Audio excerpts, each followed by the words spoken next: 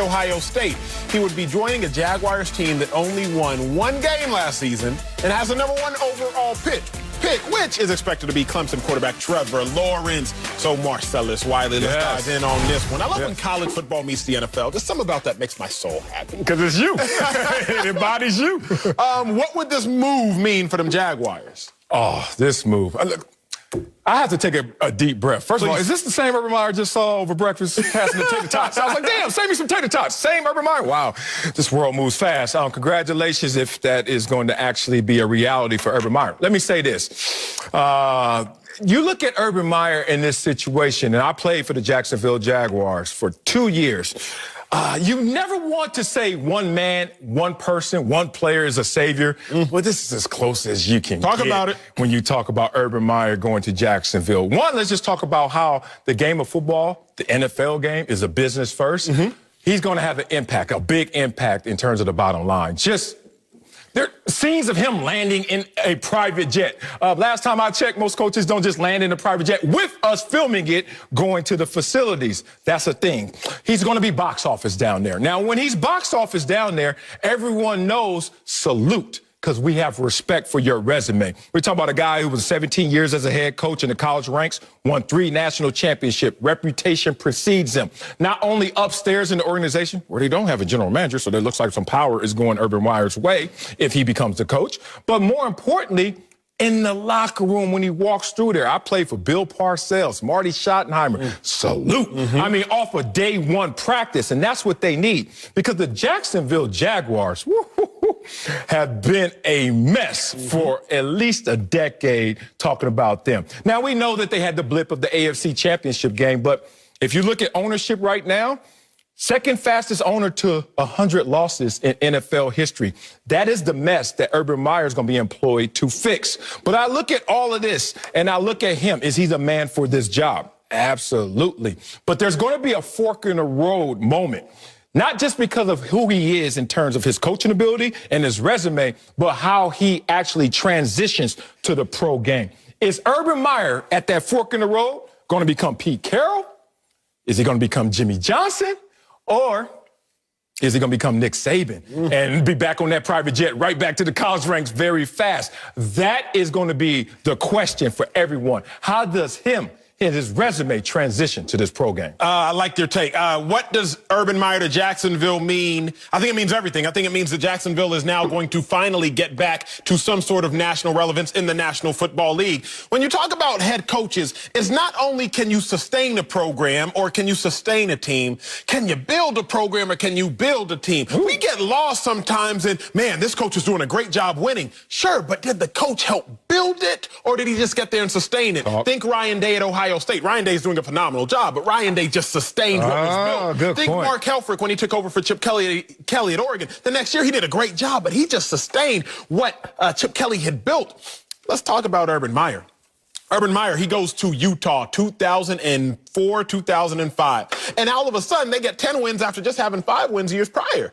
He wins a conference 2 years there. Okay, after he builds Utah up, takes them to a BCS game, bumps over to Florida. Florida, they win their division 3 out of their 6 years that he is there, goes to 2 national championships, and oh, by the way, he won twice. Built a program, sustained a program. Okay, let's hop to Ohio State. Goes to Ohio State. He wins 12 games 5 times and never loses more than 2 games while at Ohio State. So not only is he building a program, he's sustaining a program. Many people say, well, wait a second. Wait a college coach. College coaches can't coach in the NFL. Look at Nick Saban. He failed in the NFL. But I said, wait a second. I'm not just going to buy that lazy narrative. Did Nick Saban fail in the NFL? Because the Dolphins were 4-12 before Nick Saban got there. They went 9-7 right after Nick Saban got there. Dolphins have only had 4 9+ win seasons the last 17 years. Nick Saban has one of the 4. Uh-oh, wait a second. No coach in Miami for the Dolphins has ever won more than 9 games twice. Uh-oh, wait a second. So Nick Saban, he contributed there. But Nick Saban went 6-10 the year after. Yeah, he lost to starting quarterback, so let's make that make sense. So maybe Nick Saban didn't fail that much as we give him credit for.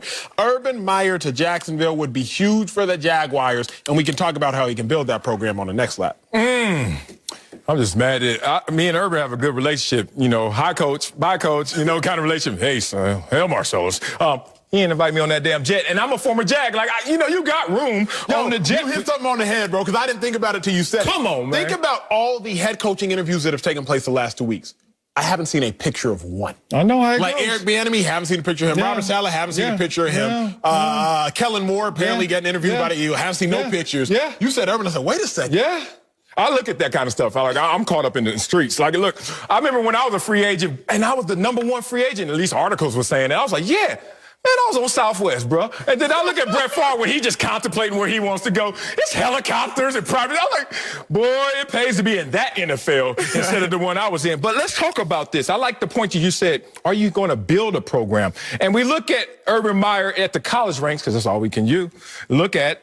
The year before Urban Meyer was at Bowling Green, they were 2-9. Next year, 8-3. Talk about it. Hello. Utah, 5-6. So far, loser, 10-2. Ooh, Urban Meyer effect, 7-5 to 9-3 at Florida. Ohio State, 6-7. Ohio State, 6-7. Yep. Urban Meyer said, nah, we're going to go undefeated. Let's go to war. So he's built for this, but you made a great point about, is he going to be more of a Jimmy Johnson, who took a 1-15 Cowboys team his first year to the Super Bowl, obviously, a couple times, or more of the Barry Switzer, which is just ride whatever's there? And Barry Switzer, even though he got his championship, he just rode the wave, many would say. You can't ride the wave in Jacksonville because there are no waves right now to ride in Jacksonville. This is a lowly team. That's why you get a Trevor Lawrence opportunity at the #1 pick. That's why you're in Jacksonville. That's why the expectations are low based on what their resume is in Jacksonville, but high because of who you are and as a deemed savior for this franchise. A lot of things happening right now, mixed bag of nuts, but it's going to be interesting to see what Urban can do for it. Let's go deeper, because that's what we do on this show. You said something that made me think about something else. Let's go. In the NFL, sometimes you get caught having to play some meaningless games. Right, you struggle early on in the season. You realize, man, we're not going to make the playoffs. These games are rendered meaningless. Can you still motivate your team to play even when the games are meaningless? Wait a second. You just said Urban Meyer's first year at Ohio State, they went undefeated. But his first year at Ohio State, they weren't playing anything because they were sanctioned. So he motivated a group of young men to go 12-0, even though he knew they couldn't play for nothing. And they knew, too, and still ran through those walls. And still ran through those walls because Urban Meyer led that team and he led that charge. I think the other thing we have to think about is very simple. Before you can get to the playoffs in the NFL, you got to win your division.